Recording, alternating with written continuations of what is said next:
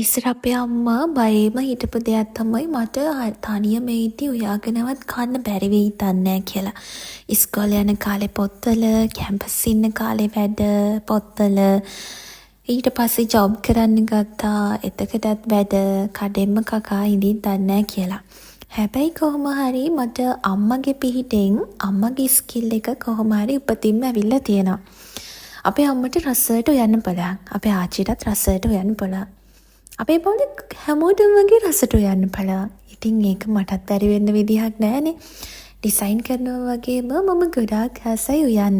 හැබැයි මගේ ටයිම් එක නම් හරිම සීමිතයි. ඉතින් අද ඉරිදා නිසා මට හිතුණා FB එකේ උඩ පල්ලහා යද්දී දැකපු කෑමක් හැදුවනම් හරි කියලා. මේක බිරියානියක්ම නෙවෙයි, හැබැයි බිරියානියකට සමානයි. දාන ඉන්ග්‍රීඩියන්ට්ස් චුට්ටක් වෙනස්. හැබැයි අපි ගාව තියෙන දේවල් වලින් මේක හදාගන්න පුළුවන්. ඉතින් මම බෝඩින් වෙලා ඉන්න නිසා ගෙදර නෙවෙයි. මට තිබිච්ච දේවල් වලින් මං ඉතින් මේක හදලා බලවනම් හොඳයි කියලා හදන්න ගත්තා. ඇත්තටම ගොඩක් රසයි මේක. උයලා උරනට පස්සේ මාරම සුවඳක් එනවා. ඉතින් මට මේක එක්ස්ප්ලේන් කරන්න නම් ටයිම් එක නැහැ. මොකද මේක දිග වීඩියෝ එකක් මම පුළුවන් තරම් ෂෝට් කරලා තමයි දාන්නේ. මේකට මූලික වශයෙන් ඕනි කරන දේවල් ටික වීඩියෝ එකකින් ඔයාලට බලා ගන්න පුළුවන් කියලා හිතෙනවා. ඇත්තටම මට හිතෙනවා වෙලාවකට උයන එකත් එක්තරා කලාවක්. ඒකත් දවස් ගානේ අප්ඩේට් වෙනවා. හරියට ඩිසයින් වගේ. අපි ඩිසයින් එකක් වෙනත් කරද්දී එකම විදිහට හැමදාම එකම විදිහට කරන්නේ නැහනේ. කනකොට වුණත් දේවල් සාමාන්‍යයෙන් වෙනස් වෙනවා. ටෙස්ට් කරලා බලනවා. අරක දැම්මොත් කොහොමද? මේක දැම්මොත් කොහොමද? අරේම හැදුවොත් කොහොමද කියලා අපි හැමදාම ඉතින් ඕක ටෙස්ට් කරලා බලනවානේ. ඒතා ඉඳන් ඒ විදිහටම කන අයත් ඉන්නවා. හැබැයි චුට්ටක් බෝරින් වගේ නේද? ඉතින් එහෙම වෙලාවටනේ අපි චුට්ටක් එළියෙන් කන්න යන්නේ.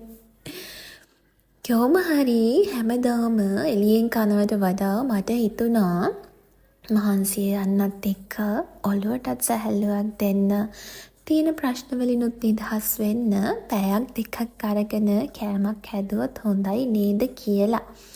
මේක චුට්ටක් අමුතුයි. මගේ ෆස්ට් ටයිම් තමයි මම මේ වගේ කෑමක් හදන්නේ. ගෙදර ඉද්දී මල්ලි මට ගොඩාක් උදව් වෙනවා. අපේ මල්ලිත් හරි ආසයි ගෙදර ඔයලා කන්න. ඉතින් ඒ නිසා අපි දෙන්න ගෙදර ගියාම මම ගෙදර ගියාම අනිවාර්යෙන් එයාට මොනාරි කෑමක් හදලා දෙන්න ඕනි. ඉතින් ඒ වගේ මට මෙහෙදිත් එයා නැති අඩෝ නම් මතක් වුණා. ඇත්තම කිව්වොත් ජීවිතේ සමහර ගමනාන්තවලට ළඟා වෙද්දී අපි ආදරය කරන මිනිස්සු අපි ගාව හැමදාම නැහැ. අම්මා තාත්තා මතක් වෙන වෙලාවල් තියෙනවා. එතකොට සහෝදරියෝ මතක් වෙන වෙලාවල් තියෙනවා. හැබැයි ඉතින් එයාලත් එක්ක ඉඳපු මතක එකතු කරගෙන ආදරෙත් එක්ක කෑමක් බීමක් හදලා කාලා එයාලා චුට්ටක් අවසන් ෆොටෝ එකක් වගේ යවනවා නම් තමයි ඉතින් ඒකේ ආදල් එක. ජීවිතේ කොච්චර සුන්දරද කියලා දැනෙන්න නම් ගොඩාක් ආදරය කරන මිනිස්සුයි ඒ මිනිස්සු නැති වෙච්ච දවසට Tamanට ඊට වඩා ආදරය කරන ලස්සන හදවතකුයි තිබ්බාම ඇති කියලා තමයි මට නම් හිතෙන්නේ. මගේ ජීවිතේ ගොඩාක් වෙලාවට ගෙවුනේ තනියම. ඉතින් මං හරි ආසයි දේවල් තනියම ටෙස්ට් කරන්න. හැබැයි ඒ දේවල් බෙදා ගන්න කවුරු හරි හිටියනම් ඊට වඩා ගොඩාක් ආසයි. මොකද ජීවිතේ කියන්නේ හරි ලස්සන දෙයක්.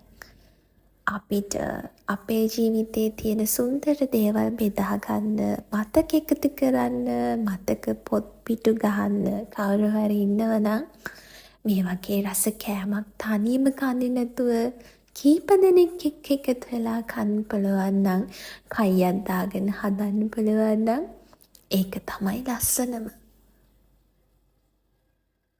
අනේ ඉතින් කෑම එක රෙඩි. මේක හරි සුවඳයි.